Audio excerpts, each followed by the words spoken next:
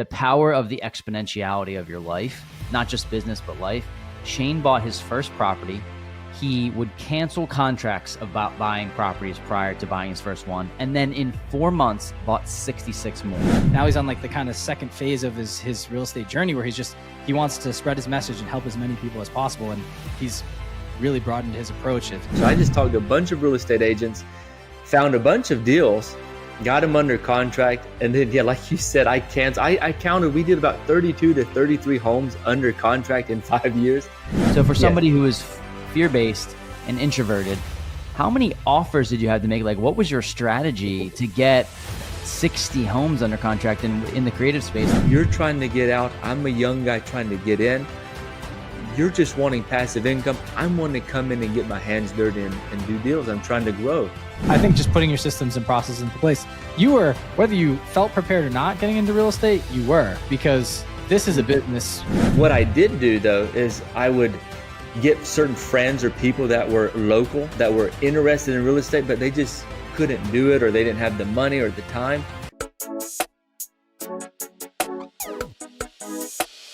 Welcome back to the Wealth Juice podcast. As always, it's your boys, Ryan and Corey here with another episode for you. Today, we had an incredible episode. We interviewed Shane Seo. He is a real estate investor out of Atlanta, Georgia. Well, Atlanta's just one of his spots, but he's investing in Georgia. He is a former Taekwondo studio owner. He owned about 4 or 5 studios up until the age of like 25. I believe he still owns them. Then he started investing in real estate at age around 29, and I'll let Corey kind of get into his story, but to date, he's got over 400 single family units and a massive net worth. And he's been in rooms with some crazy big figures: Brad Lee, Ty Lopez, Glenn Stearns, Ben Mala. And he went to Richard Branson's island and met all these guys. Andy Elliott was another one of them. And he just talked us through his entire story of, coming up from a small town, starting the power of his first deal and like how it allowed him to scale to the next level, building a business around everything. And then now he's on like the kind of second phase of his real estate journey where he wants to spread his message and help as many people as possible. And he's really broadened his approach. As clearly all these guys I just mentioned, like you've probably heard in multiple episodes, they all have big podcasts. So he's just doing really good things. And I just wanted to point out before Corey gets into this, like, he's just a good dude. He gives back. He's looking to build orphanages and just do right with his money. And you'll listen to the episode. He's just so authentic the way he talks. And maybe it's the Southern accent, but just a lot of things about him. He's very comfortable in his own shoes, even though he is an introvert, and he announces that, and he's not afraid to talk about it. So it was just a breath of fresh air. One of those hidden episodes that you weren't sure how it's going to go. You never really are. And it just blew us away. And it's a relationship that we really want to keep. Totally, man. And the Southern hospitality really stuck out to me. You're going to hear him say throughout the episode that he spent $100,000 to go talk to Grant Cardone, and Grant Cardone literally 10x'd his money by making a few phone calls while they had a conversation. So this is the type of thing where it's like the power of the exponentiality of your life, not just business, but life. Shane bought his first property. He would cancel contracts about buying properties prior to buying his first one. And then in 4 months, bought 66 more, just because he figured out his niche. He figured out how to solve problems for sellers, did seller financing, did all the types of strategies that you hear about in the creative space. But he just created himself as an authoritative figure and a young guy who, he met a seller who sold him 32 units, and he put $300,000 down, and it wasn't even his own money. This is the power. And Shane, it's funny because we're in a phase with watching Shane grow where he's like, oh, I actually believe that I am the person that I say I am now. Like, I'm doing all the things that I dreamt about doing. And you can tell just by the rooms he's getting into. And, Ryan, I hope to create a relationship with him so that we can better ourselves for our real estate portfolio and our coaching community. And just like, that's the name of the game here, man, creating relationships. And Shane, whether he decides that he believes it or not, or I'm sorry, whether he portrays it that way or not, he says he's an introvert, but you can just tell that he has all the right tools in his tool belt to create the relationships. It was great, man. I was really excited to chat with him. Like Rye said, you never really know how episodes are going to go, but if you listen to this episode, you will get so much valuable information about how to provide value to others that it's one of the best ones we've had in a long time. Couldn't agree more. Hope you guys get as much out of it as we did and enjoy it, because this is one of the best ones to date. So without further ado, let's bring in Shane. Shane, officially welcome to the Wealth Juice podcast. Corey and I are so excited to have you on the show, man. I know we were just talking a bit before pre-recording and getting to know you a little bit, and you have an inspiring story, and we're excited to share it with our listeners. So thanks for joining us. Oh man, it's an honor. Thank you guys for having me. Absolutely. So I think let's wind all the way back to maybe pre-real estate. I know you're doing a lot of things in the space now, and we'll get there. But I think for our listeners, they'll be curious to see, like, what I air quotes here. What does an average Joe do before they become a real estate investor or really seasoned in the space? Yeah, well, really, I'm kind of a college dropout. I was going to go to be a doctor. My dad's Korean, and Korean family really want lawyer, doctor. So I was going to go be a doctor. And then I remember I was literally like a month or so away from like getting my associates or something. And I just stood up and walked out. So then from there, I started doing martial arts schools because I grew up doing Taekwondo. And I owned up to 4 or 5 Taekwondo schools. So I was used to kind of running little kids and, dealing with retention. And I enjoyed that. So that's what I did before real estate. Love it.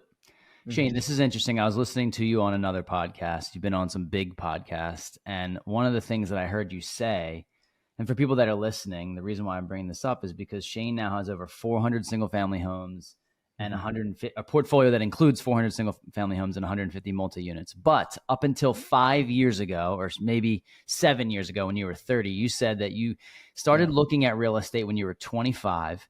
And that you didn't make you would make offers and then cancel them all the way up until the age of 30. So I'm very curious to know when the light bulb went off for you that said, like, okay, I got to get over the fear. I got to do this. And then look how far you've grown it in that 7-year time frame. And like, I bet you're glad that you made that decision to buy that first one, right?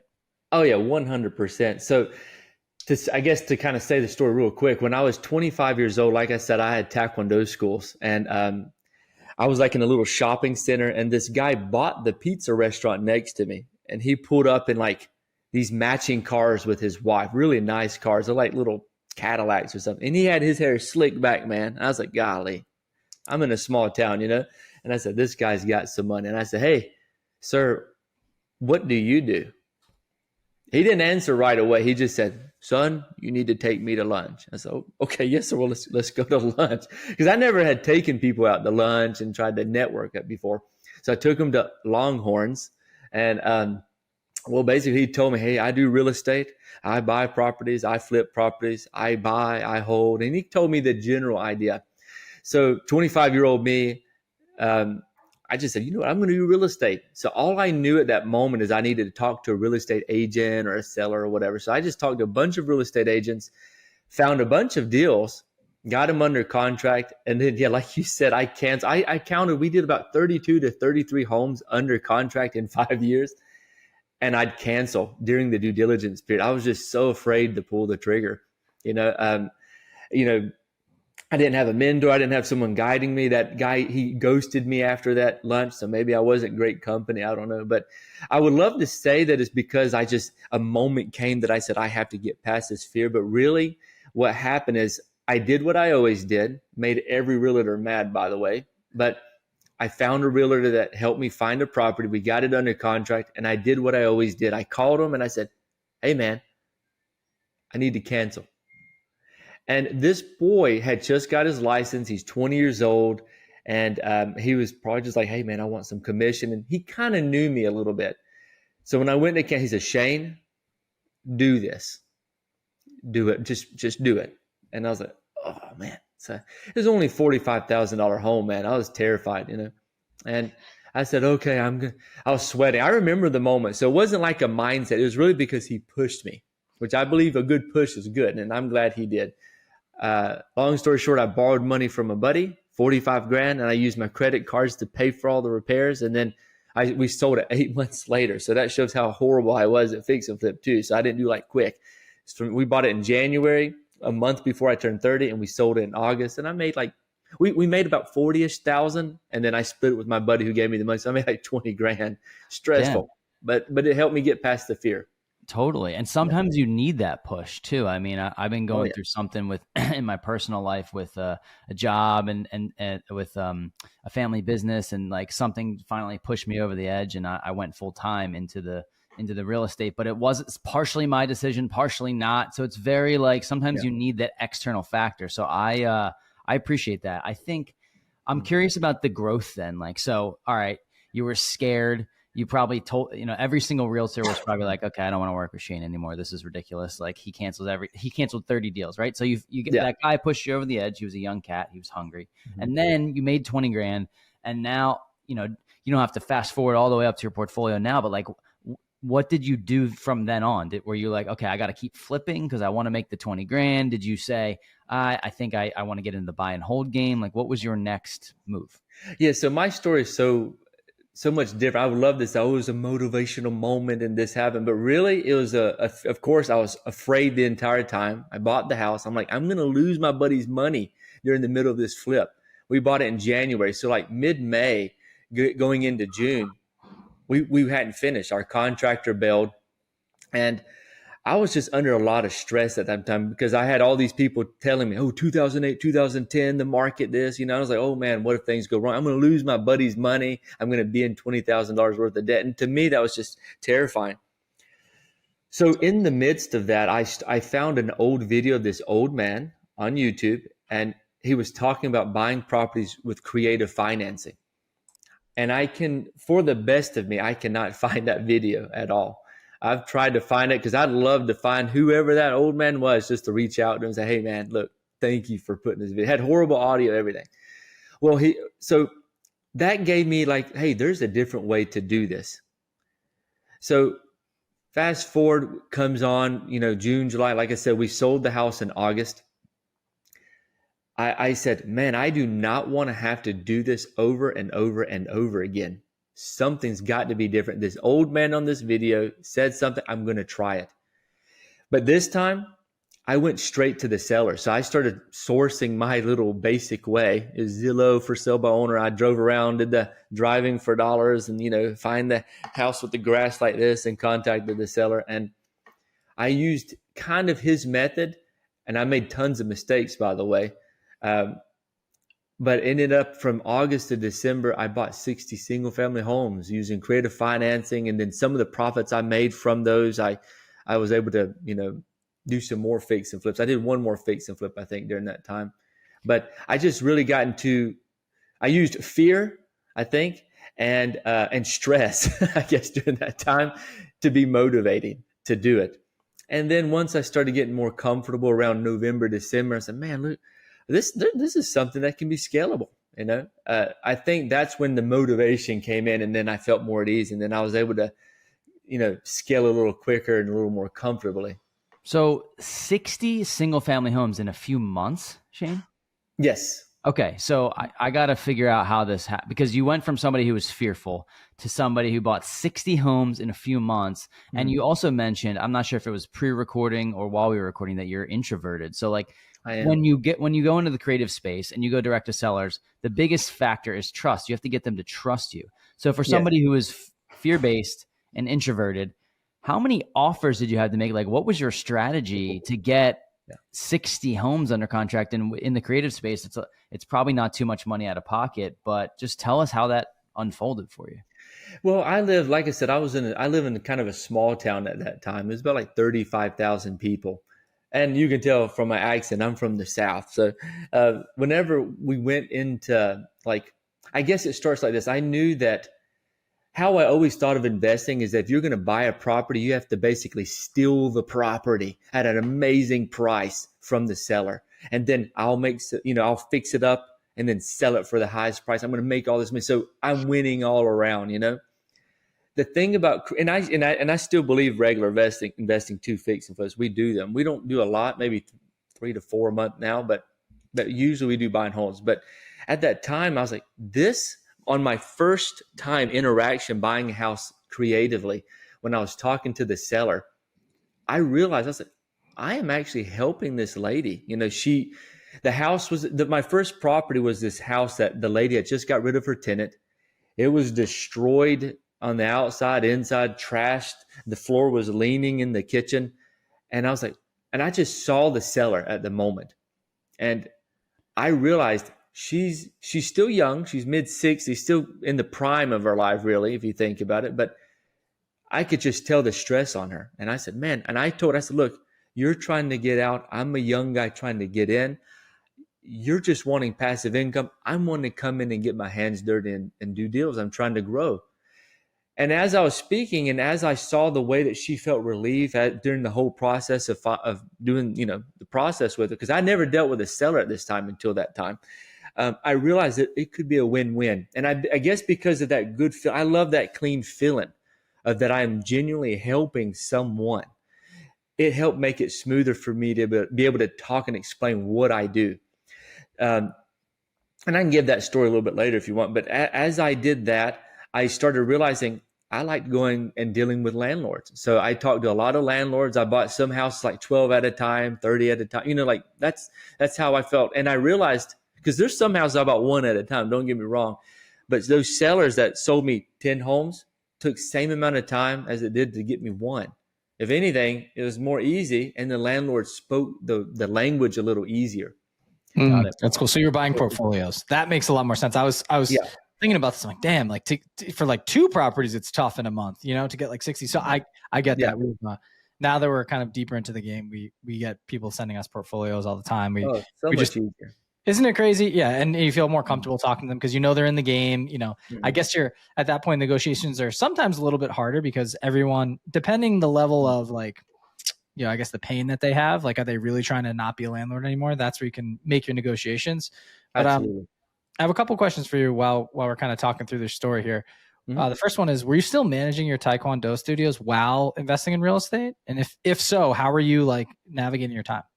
So that's a good question. So I was 22 when I started my first school, and then we grew about around 28 when I was 28ish to around 5 to 6 schools. So I had a great team, and it got to the point that they were just handling everything, and if I was there at the Taekwondo schools, I realized that a lot of the people wouldn't go to my amazing staff. They always want to come to the owner, because, so I started backing off more and becoming more back office. So, and I was also full-time missionary because I had such amazing staff, and they're still with me today. I said, man, I can back off and go do some more, help. So we did Mexico, Bolivia, Brazil. We went out of country, did mission trips every 4 months. We got our Taekwondo schools in town involved. But I think that I really came to a point of slowing down.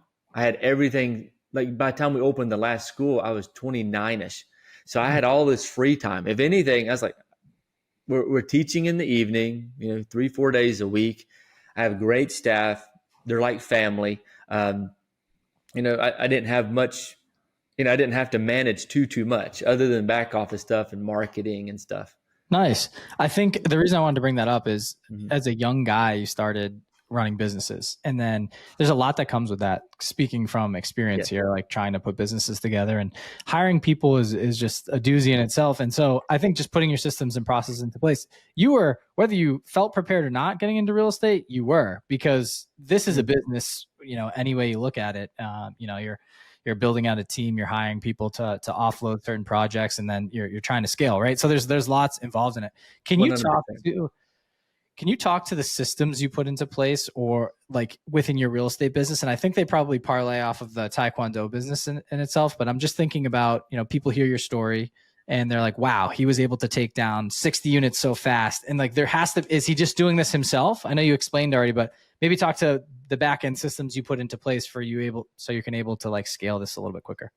Yeah. So in the beginning, honestly, it's not until last year in October that I actually brought on team for acquisitions and dispos. I sourced everything myself for, up to about 370-ish homes. I sourced them all myself. I did all the calls. I did all of that. Of course, management, I started, I bought one portfolio. There's a lady that was at the previous seller's office, and she says, well, I don't want to be out of the job. So I just kept her. She's been really amazing. I started finding ways to bring on full-time management, I'm sorry, like maintenance guys. So I have a team down south and a team up north. And just recently, as of February, is the first time I've ever used a third-party management company. It happens to be on 59 units we purchased in December. But when it comes to acquisitions, dispositions, I, as far as team wise, I just started in October. Now, what I did do though is I would get certain friends or people that were local that were interested in real estate, but they just couldn't do it, or they didn't have the money or the time. And they would say, "Hey, Shane, I found a deal." It's almost like a wholesaler, basically. But or I guess, what do they call them? Bird dog. Bird dog. Yeah, bird dogs. So I dealt with a lot of them, and I guess the more my reputation got out that I was buying, and because I'm in a small town, the attorneys were just saying, "Hey, there's this young boy that's just buying all this stuff." And they're telling their friends. I had attorneys bring me stuff, presidents of banks bring me stuff. It's fascinating, and they're willing to finance. Because I was really big into seller finance. Of course, I do traditional too, but seller finance definitely was what gave me my boost. There's 33 different ways to buy, not just like 4 or 5. And that's the thing. So I have more tools in my tool belt than I guess most people in my small town at the time, that I can try and make a deal work. Yeah. You became the big fish in the small pond, to say the least. I mean, we had another woman on the show, similar. She was from a small town, and just when it's crazy how it works. We talk about networking, right? And like the spider web effect here, but I do want to talk. So I know Corey has a question, and I'm going to let him go. I just don't want to skip over. You mentioned there's 33 different ways to buy. Can you highlight some of those? And before you get into it, the ones we hear all the time are obviously like fix and flip, buy and hold, Burr. There's a bunch of different ones, but I'm thinking on the creative side, right? We hear sub 2 all the time, seller financing, rent to own. So maybe there's more out there that we're not privy to, and that you could share that maybe you've used. Oh yeah. Well, there's seller carryback. You can, where you have the seller carry back a portion of the equity, and then you get a loan mixed with cash and financing with the bank. That's still creative. There's wraparound mortgages, which is, that's very common too, but it's just the way that you strategize it. So when we give an offer, we can give up to 4 offers, and then underneath those, we can split in many different directions. Also on sub 2, by the way, I found a more effective way to do sub 2. So I bought a property recently with 7 different liens on it, and I negotiated with the bank to waive the rights to a due on sale and make them sign the document. So I was just saying that a lot of people don't go and ask the bank that. They always tell you not to. I do. I don't like hiding. I don't like gray areas, I guess. Not saying I haven't done it when I first started, because I did. I did that. But I quickly found out that you can negotiate with the bank. You can do loan modifications with the bank. You can have them you can have the seller re-put their equity back into the property. So you can close on the property and have the new LLC where the owner owns a piece of the LLC and you're buying out their shares. So there's just different ways to do that, and strategically how you dispo it. So, and I guess I can tell you some examples. I mean, we bought a property. Are you familiar with, well, I guess you guys are real estate, but I've done master leases. You can do sub-master lease options. You can do syndication, of course, which I don't do much syndication. So far, I'd love to learn from you guys too later, by the way, because you said you guys brought partners. I've never done any syndication or done anything with a partner yet, but by what Ty and Grant are telling me, I need to learn how to work with partners and let people have some equity. So, but I want to learn new development too. And there's some development ideas and how you can get the banks to work with you, and it's pretty creative. There's just a lot of, I don't want to say too many of them, because some of them that's what we teach, but also, if I say it in a certain way, if someone tries it without doing it right, I don't want anyone to get messed up. Sure. Yeah, Shane, I mean, you mentioned that you might need to get into syndications. I'm not sure that you do. I mean, you have a pretty good system built out. And a lot of times when people get into syndications is kind of when they run out of their own money, or they can only bring a facet of the deal. It seems like you have a well-oiled operation. Now, you could get into syndication to do larger deals and get chunks of the deal as opposed to manage the whole thing. But you have a pretty good system built out for yourself. My question goes back to like acquisition. So correct me if I'm wrong, but it sounds like by you taking action and becoming an authoritative figure in the space, even though you're young, people seem to have brought you deals. Now, were you doing the cold calling on the list or sending out mailers or doing anything of that nature? Or did you really just continue to meet sellers and those sellers would say, hey, Shane really helped me out on this one. He solved the problem, business 101. And then they introduced you to other sellers? Like, how did it actually work? Oh man, I did cold calling myself. So I have this, I'm a night owl. I don't wake up that early. Believe it or not, you guys, I got up for this podcast today. It's 10 a.m. or 10:30 right now. And for me to wake up at 8:30, it's like, it's almost sinful feeling to me to do that. But, so I'm backwards. But every night I've always, and I still do this today, is every night I sit down on my computer and I make sure to find at least 10 properties that I feel happy about, whether it's out of state, commercial, land.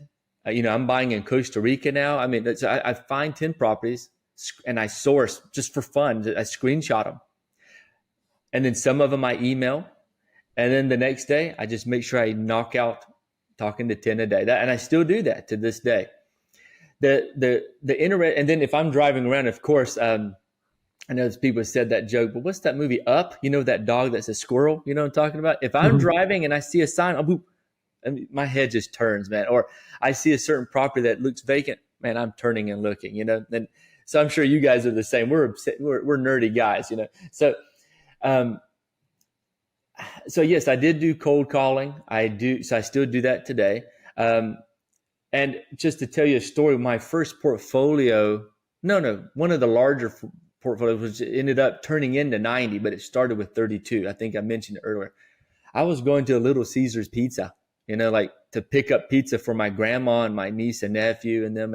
And when I was in the drive-thru, I saw just like I said, I saw one of those for sale by owners. I was really far in the distance. And I had a buddy with me. I said, hey, man, go get a picture of that. He ran over there, took a picture, came back. And ended up, that guy said, yeah, I have this home and another one. So he said he has two. And he was just impressed that we were from like North Georgia in South Georgia and called him. And I said, well, sir, look, I'm buying in this area. I have family here. I'm buying in the southeastern states. And he was an older gentleman. Well, long story short, I went and sat with him, talked to him, and we walked away with 32 properties, And now he did want a down payment of like $300,000-$400,000. I didn't have that at the time. I was still building at that time. So how was I going to buy a couple $1 million worth of property and pay $300,000-$400,000 down? I said, how about this? Do you see these two properties that you have here on this road and this road? I'll buy those outright. So that was my first time getting a loan, by the way. I put like $40,000 or $50,000 down or whatever, and bought these two houses outright, and that counted as the down payment. And then he owner financed the other 30. See, another creative way to look at it. So I learned from that. So man, that worked. From that, he passed. He just, like you said, people heard what I did, and he definitely loved the process with me. So he referred me that, and from him alone, it turned into 90 properties just from him and his referrals and the attorneys connected with him. Wow. And he's still a friend to this day. He's like 84, 85. He's just a great man, good mentor for me.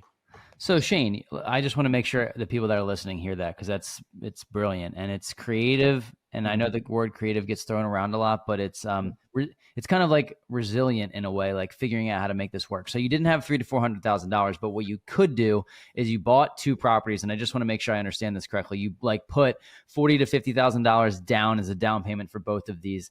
The guy who's selling the properties gets paid out the full amount because the money gets to him. Exactly. You have the loan, he gets that money, and then by that you're able to buy creatively the other 30 units or whatnot. Exactly, because you have to realize that the seller has an issue or a problem, and in his issue was a personal reason, but he needed cash pretty quickly, But I mean, he could have cashed out, refinance and everything, but he didn't want to do that. He's an older gentleman. He's 80 something years old, So I understood, they don't, most people don't like that, and I get it. He needed money now. So I said, I don't like to say I can't buy something or can't do something. I like to say, how can I? And in this case, he needed that 400 or whatever. I forget, I think it's like 350 or something, or 400 down or something. So yeah, I said, look, I'll buy these. You'll get your money. I come out 40,000, now I'm making a relationship with the bank, and he seller financed me the remainder of the properties. Absolutely. I just think that's a different way to look at it. What did the note look like on the seller financing deal to him? So like, is it a 60-month thing with a balloon payment? Like, how did that work? I think that specific one had no balloon. Now, my loan on the two houses I bought, I think I had 3 or 5 year balloon with the bank there on that, but that's not the seller finance one. But with him, there's no balloon. I forget the interest rate. I forget if it was 5 or no. I told him I'd pay him market rates, and at that time it was around 4 or 5%. So I paid him 4% on that one. And yeah, I was cash flow. I remember thinking, man, my cash flow ended around $5 to $6 grand. Okay, I remember right when I bought it, and then I increased the rents. And I think that portfolio, which we still have, is around 17, 18 now, but that's been like 2017, or 2018 when I got them. So it's been a bit, but yeah. So yeah. Yeah, that's awesome, man. I mean, it seems, I don't know if this is the case, and maybe you can speak to this, although I don't know how much it's funny. You say North and South as like North Georgia and South Georgia. Yeah. I was thinking Sorry. like North of the like we're in the north of the United States, Northeast. I feel, and correct me if I'm wrong, I feel like there's a Southern hospitality in a way of people being more receptive and open to people that are hungry and young. I feel like it's in the Northeast. It's like people get shut down a lot quicker. People are more quick to snap at you. And maybe have you just found that most of the sellers that you work with are pretty open to you helping solve their problems? And maybe Ryan and I have just not met the right sellers. I don't know. No, a lot of people are skeptical. And usually when someone doesn't understand the process, they're terrified. And I have this saying. I say, hey, look, if I've explained everything as simple as I said, look, if you're confused, don't make a decision. You know what I mean? I get it. And I'm very patient in explaining. When you said Northeast, I was in a taxi. I'd never taken a taxi time. It was my first. I was excited. I think I was in New York. And the taxi driver was telling me that his mom was behind on her payments. Like, I think like 12, 13, 14. It was a lot of months. And I was supposed to fly out that day, by the way. But when he told me, I said, well, here, look, let me meet us. So I extended my flight. I went to, what was the place that is? Stewartsville, New Jersey. I've heard of it. Over there. It's like a little small town. Okay. And I met with the lady. And she owed like 86 grand on the home, and not very much, but she was behind significantly. And that was one of my first subject to homes, by the way, which I didn't do all the paperwork correctly, by the way, but I got the deal done, and I've since disposed of that one. But, just to show you, every deal I've made, there's a mistake or something that you wish, I wish I would have gotten it better, but I did. So, I mean, it does work up there too. It's funny you say about the Southern thing, because Ty and them tell me all the time, it's a shame you have that Southern accent. It's very trusting. That's what they say. You know what I mean? I agree with that. It's something about it, and maybe trusting is the word, but just like when we first started talking to you, I was like, it was almost like a relief. Like it was like, oh, it was like an easy conversation, right? The barrier was down. I don't know what it is. But so, and based on some of the stories you've told us and that you're helping other people, I think it's amazing. I think it lends to Corey's point of the Southern hospitality. I do think it's a real thing. I've been to Atlanta before for a trip, and I was like, whoa, I couldn't believe it. Like people were just so different than up here. And it was amazing. They were calling me honey and like, just like, but not in a weird way. It was like, just really like nice, like taking care. It was at a restaurant and things. And so I just noticed little things in the hospitality space too, that I was like, wow, this is unbelievable, even at a hotel. And so, but that's just a side note. You mentioned Ty Lopez. Your name is now kind of affiliated with a couple big names in the space. And I just want to talk to the power of networking, but Bradley, Ty Lopez, Glenn Stearns, Ben Mala. And I think you mentioned you're also at Richard Branson's Island. So that's a really cool part of your story. Now that you've done all this stuff by yourself, right? And you've built out this robust system that, and I guess, company and just this wealth for yourself. Right. And you mentioned you're an introvert, but now you're on all these big name podcasts and your name's getting out there. So can you talk to the power of networking, kind of how that's allowed you to expand, and then also kind of why you're taking this approach now versus kind of just doing things on your own? Yeah, honestly, like I said, I started getting interested in real estate when I was 25. And what held me back is I didn't have anyone to follow. So no mentor. I'm introverted, for goodness sakes, and having to go try and talk to people. Hence the reason I went through realtors, and I was terrified to just call them on the phone, realtors, and I didn't even see their face. So but if I would have had a mentor, and like I said, in my story, someone pushed me really, in the sense you could say he bullied me, and I was too afraid to say no, technically, because I'm a nervous, introverted dude, right? But if I would have had a mentor, if I would have had someone push me, I would have done a lot better, right? So when I started going to conferences as well, and the same, funny enough, I was pushed to go to a conference because I always thought that they were cheesy or like just people were just trying to make money, you know. But the people that I met at these, once I got pushed to go to a conference, I met some great people, got some good deals. I learned so much more and realized it's different than being around a bunch of friends that are doing mud bogging, like here in the South, than being with people that are really driven people, like you guys really. So my mindset started changing. And I guess it was actually January of last year, okay, just to be quite honest with you, I said, you know, honestly, if I would have been around the right people when I was 25, where would I be now? You know what I mean? So I said, I'm going to go be around the biggest people. I'm going to put and I was scared to go to conferences because they're $1,000, $5,000, $10,000, but I'm doing it. I said, the next step is to meet the big guys and know them, you know?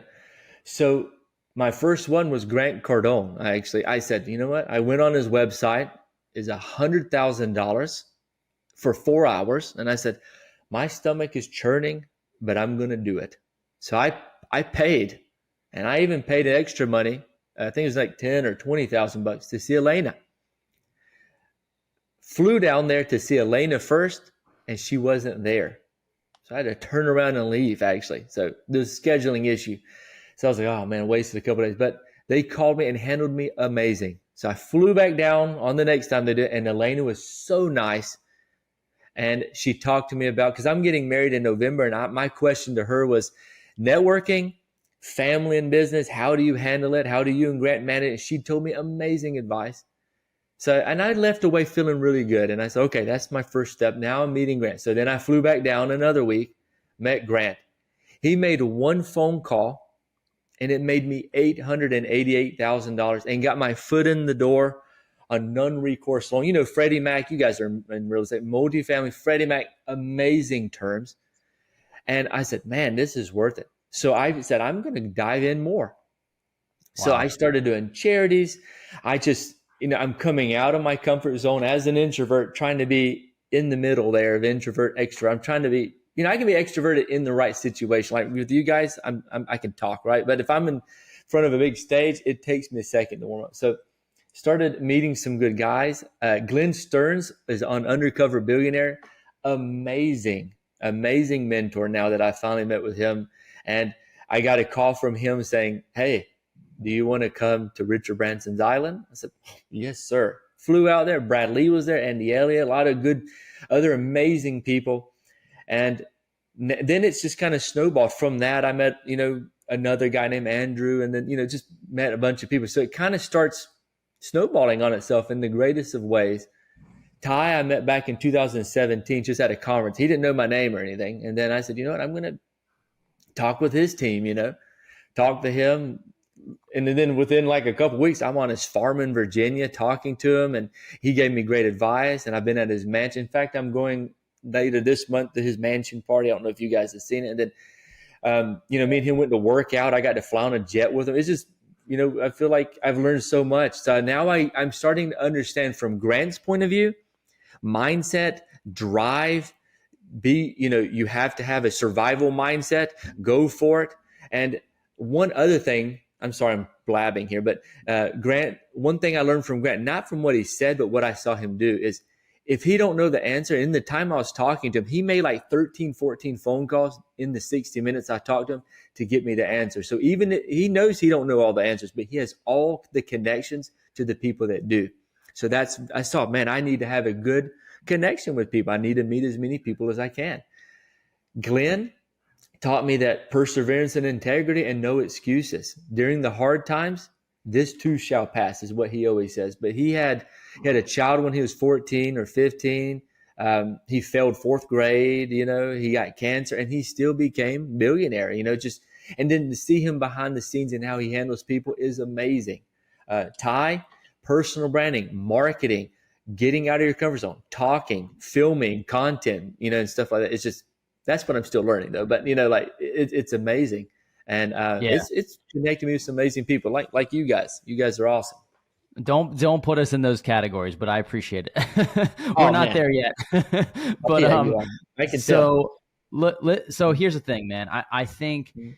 this is first of all, this is brilliant advice from start to finish. Everything you're dropping is amazing. I want to highlight something here. You mentioned that you spent $100,000 for an hour of Grant Cardone's time. Now, people may listen to that and be like, I can't believe that Shane would do that. I can't believe someone would spend $100,000 for an hour.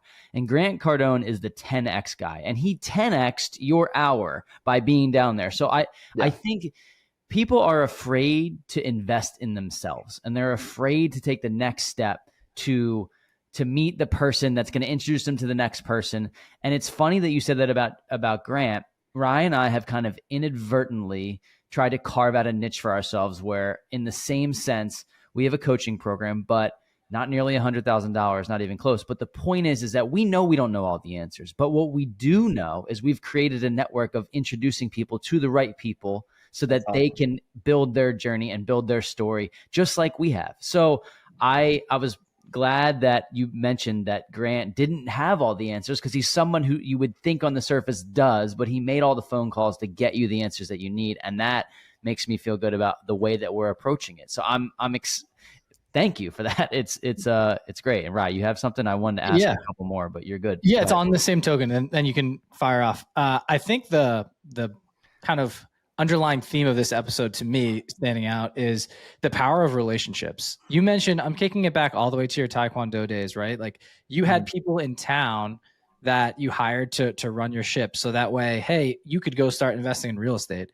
And then while you were investing in real estate, you had people in town that maybe didn't have the money, but they had the drive, right? So you had people going outsourcing deals for you. And so it's funny, you realize that this is not a one person drive in life. It's all based on relationships, and it's the way you treat people and the way you make them feel, and you show your values, integrity, ethics. Like, it's clear to me that you have all of those, speaking, as we've kind of gone through this conversation and pre-recording, and that's allowed you to kind of push forward, and people can see the authenticity in you. And I think that's when you get, if you've lived the right way all the way up to this point, even behind closed doors, when you get in the rooms with Bradley, Tai Lopez, Grant Cardone, they see it, dude. They've seen so many fake people in their lives that they know exactly the BS, and they know exactly a good dude. And I will say this is so interesting, and this is my perspective, but the fact that you flew down, so she didn't show up, right? There was a conflict of schedule, whatever that means.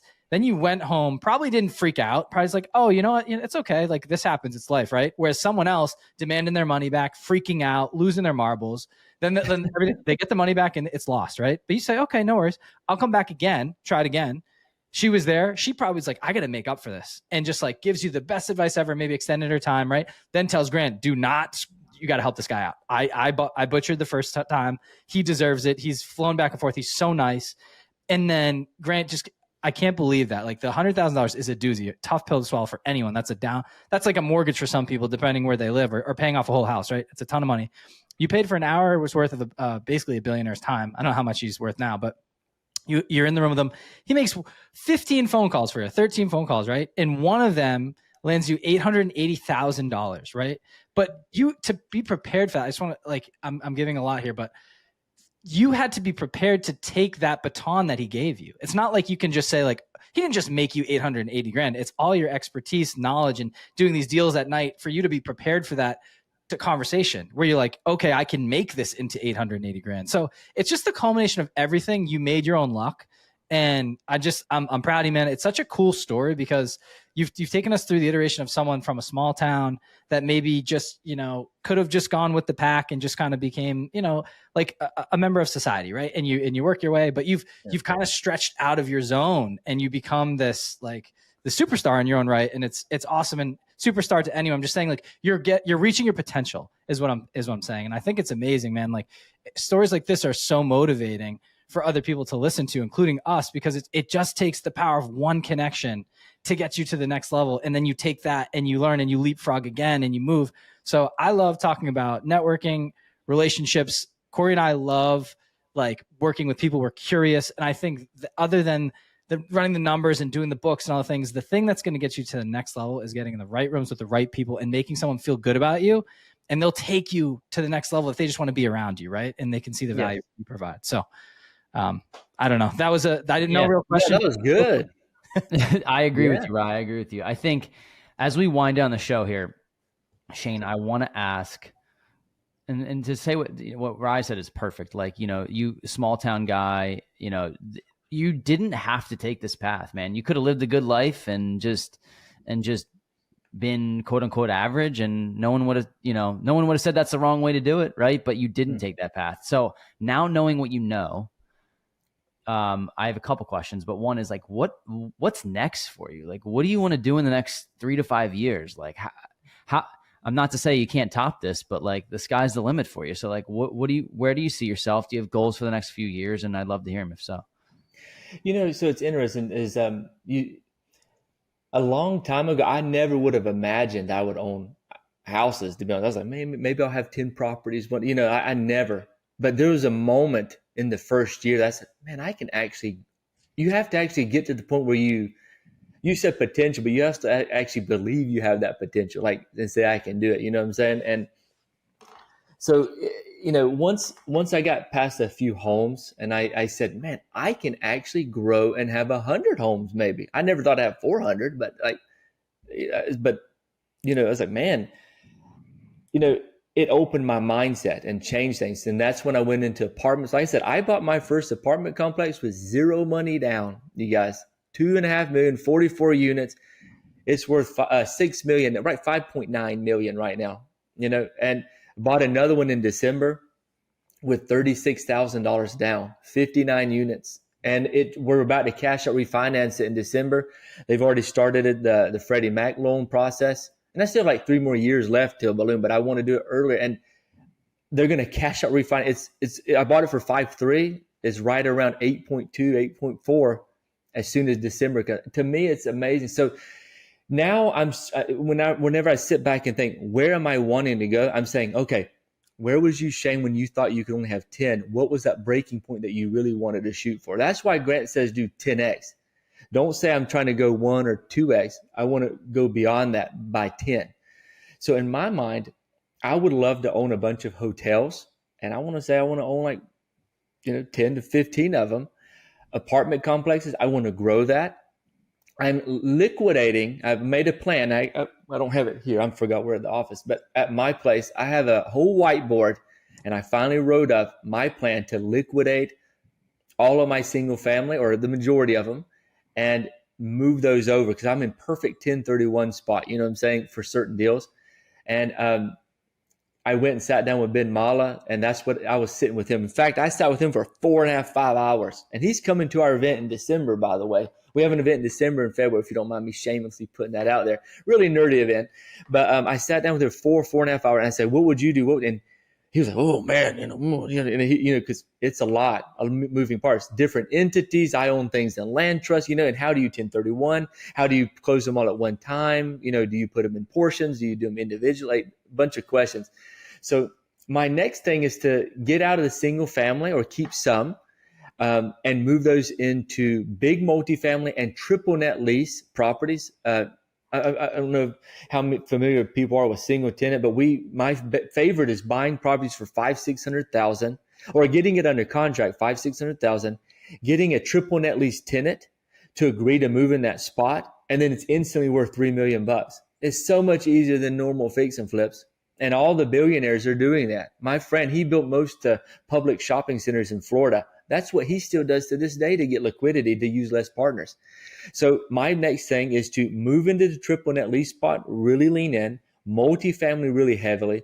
And I'm going to do something a little dangerous, I guess, by what most people say, is I'm going to gobble up office buildings, because people are giving them away and I'm buying them creatively. We're trying. What else? I'm going to do more international. So in Costa Rica, I want to farm and a couple properties. I want to really lean in there.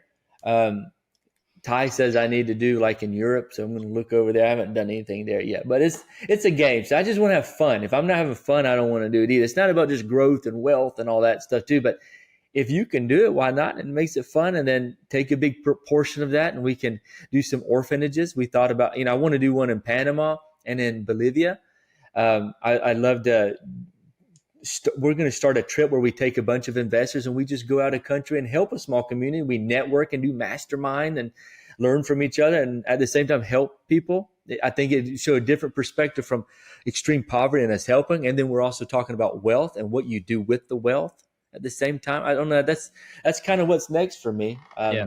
And I want to get into M&A. So I know that's not real estate, but I want to do M&A and buy businesses, fix them, and sell them. Maybe. Cool. I think that'd be fun. Very cool, man. I mean, based on your track record here, Shane, I have no doubt whatever you touch is going to turn to gold with that mindset. So I think it's amazing, man. Last question from me. I'm very curious to hear what you have to say here, knowing where you came from. And I've heard on another podcast, you said you didn't necessarily grow up poor, but like you were lower middle class. And I don't think your family's going to have to worry about that anymore. So I'm curious about if you had to go back to your 18-year-old self and you were to give one piece of advice, knowing everything that you know now, all the trials, tribulations, and success, what advice would you give 18-year-old Shane? Ooh, so find mentors. Get rid of all your friends that are not healthy for you, okay, mentally and all that. Don't drink, smoke, drugs. Don't do none of that, of course. That's what Donald Trump told his kids. Whether you like them or hate them, that's good advice. So good mentor. Watch how they do it. Learn as much as you can. And basically the same advice I believe now. I believe a good investor is always learning. So always be learning something. Some people they may have 30 years experience, but really they only have 1 year experience. They just repeated it 30 years. Does that make sense? Yep. I believe that you should learn something every month at least, or every day if you can, but every month at a minimum that takes you to the next level and changes your life. That's my opinion. I would tell myself quickly anyway. Wow. Love it, Shane. I got one last one too, as we're coming up to the top of the hour. So, and I think we touched on this too, and you kind of gave us a summary, but I'm just wondering if you could give us like a short synopsis here. We always talk about this to our audience and our community, the power of your first deal, right? And what it does for you. I mean, look at how it's only been 60 minutes and I feel like I've just like had a crazy movie of your life, right? It's awesome. And I feel like it was like a first class ticket to watching you grow, which is awesome. Can you talk to the power of your first deal and how that impacted you to kind of get you where you are today? Like I said, mine was fear and stress on my first deal. So, but the good thing about it is I'm looking back at it now and I laugh, but then it was the most stressful because it was fear of unknown, right? So I think going through it, I realized it didn't hurt.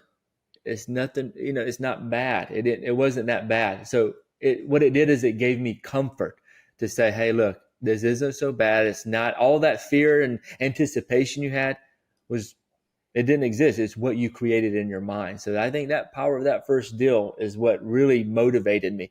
I tell everyone too, because we have a community and we're doing like little gatherings. All of our gatherings are for free, except for the ones we're doing in December and February, but we're doing 6 by the end of this year, all free. We just want to nerd out with people. But I tell them the first deal is to help just you understand. The second one is kind of you say, okay, I'm doing this. And the third one is to say, man, I'm addicted. So I think it takes 1, 2, and then the third deal. I want to make everyone get addicted to real estate and what it can do. So that's what I believe. I love it. I'm sorry. I selfishly have one more and I'm going to sneak it in here. So, because Shane, we're kind of cut from the same cloth in certain ways. We're now in other rooms with big players and you're trying to provide value, soak up information and all these things, right? You pay for conferences, we pay for mentorship, we get on podcasts. It's very similar. So my question to you is, after having conversations with a lot of these big name people or just anyone that you really gravitate towards, how are you maintaining contact and still continuing to provide value? And the reason I ask this is, we've had 200 plus people on the show, right? And it's everyone's got limited time and energy and effort, but it's how do you stay connected with them to make them still want to be around you and provide value and make sure they haven't forgot about Shane? How does it work? There's some billionaires that have that question. They get their assistant with a normal thing, send them an email, send them a card. If you really genuinely want to, you want to be genuine and authentic. I don't want a friend that just sends me an automated message. It's kind of coincidentally enough, let me show you, kind of like, it just, you would gravitate. Look, even Elena texted me and said, happy wedding. And I was like, man, she remembered it, like to me, what it is I stay in touch. Happy New Year. How's things going? If they have a win, remember their birthdays. And it's just like as if it's not your wife, okay, but like your cousin and brother. I mean, they still mean something too, right? So if you want to stay in good contact with them, stay in good contact, remind them that you're still there. I called Glenn Stearns the other day. I always worry that I'm annoying the guys every time, to be honest with them. I'm like, oh man, am I annoying them? And I said, can you talk? And then we didn't get to connect because he got busy, and I'm pestering him for 2-3 days. And then when we got on the phone, I realized he's just so busy. He has photo shoots, he's traveling, and then we just talked for a little bit. And then he gave me some advice, and I said, well, I'm going to come out there, and I want you to connect me with this guy, and I want to, like, what can I do to help you? And I invited him over here. Like, he's going to come speak at our event in February. Ben Mala's going to come in December and February. So I just try and stay in good touch, just as if it's a good friend. Like with you guys, I like you guys, man. We're going to stay in contact. I would love to have you guys come down here and visit us in Atlanta. And if you get a happy birthday from me, it's not from my assistant or it's from me, it's because, I believe in friendship before business, but we happen to do business possibly, Shane, you're good, dude, man. You invite us somewhere, Shane, we'll be there. That's I don't know why I feel that way after having this conversation, but we have a lot of conversations. They don't all go. I mean, Ryan and I are personable, but like there's I don't know. I feel like there's a genuine, like you're just very genuine about the way you approach life and business, and it shows, it shines through. So I hope to be able to stay in touch and to continue to provide value to you in any way that we can. But I didn't mean to cut you off there, Ryan. I just wanted to throw that in there. I appreciate you coming on. I appreciate you sharing your story. I think people are going to get so much value out of this. And then if people do want to find out more about you, then maybe they want to network, they want to learn, they want to come to your free events. Like how would you suggest people get in touch with you? Oh yeah. Reach out to me on Instagram. I'll respond to you. It says @Shane Seo. So it's ShaneSeo. Or you can go to my website, shaneseocoaching.com. We also have a free school community too, and that is Acquisition Architects. And we have like a bunch of members. It's free as well. We have a free, we do have a paid one because it has some courses, and it's only like $90. But the free one, at least come in there, and we're all sharing deals and giving advice, and then we post our free events. And like I said, we're actually heading to Nashville as soon as I'm done with this podcast. So we have Nashville, Tampa, Atlanta, Chattanooga that we're doing this year, and then we're going to go to Vegas. I'm going to California at the end of this month. So I'm going to always be doing meetups. I love to meet with you guys in person. Reach out to me. I'd love to stay in contact with any of your people out there, and you guys especially too. Shane, first of all, thank you for that. And thank you for the episode. I think these are the ones that we remember. You get them once in a while. You get like the diamond in the rough episode that you're just like, hey, you're never sure how an episode's going to go. And like, I genuinely feel the same exact way as Corey. Like, I just feel a type of way. I want to stay in touch with you. I just see that there could be potential long-term, benefits here for both of us. And just, it's purely genuine that I enjoy having your company. Like you're great. You got great stories. You care about others. You're making big moves in the world. And so I thank you for your time. I know it's really valuable. And I just wanted to let you know, like, it doesn't happen all the time where we have an amazing guest, amazing episode. And I think you're going to accomplish anything that you want to. You already have. And I see just crazy things for you, but I think it all comes back to helping other people. And you mentioned orphanages, and like you're doing things with your money that people, a lot of time, I feel like you're not given. There's a quote out there, and I don't know the exact quote, but it's basically like you are the person that's supposed to have a lot of money. And I say that, and that's the most basic terms of saying that, because you are helping so many other people, and you're, instead of just like trying to keep in touch with people, you're showing up for them. Like you're knocking down their doorstep. Like, I'm here. What can I do? How can I help? Not just a phone call. You show up. So there's something to that. But overall, I'll get off my soapbox. I just want to say thank you again. This was an amazing episode. Pleasure to meet you, and we both look forward to staying in touch. Man, I appreciate it. It's an honor being on the show. I appreciate it. Like I said, you guys come down here. Let's stay in touch. And you guys, please come down in December to my event. I'd love to introduce you to everyone as well, too. So please, come on down, and thank you guys again.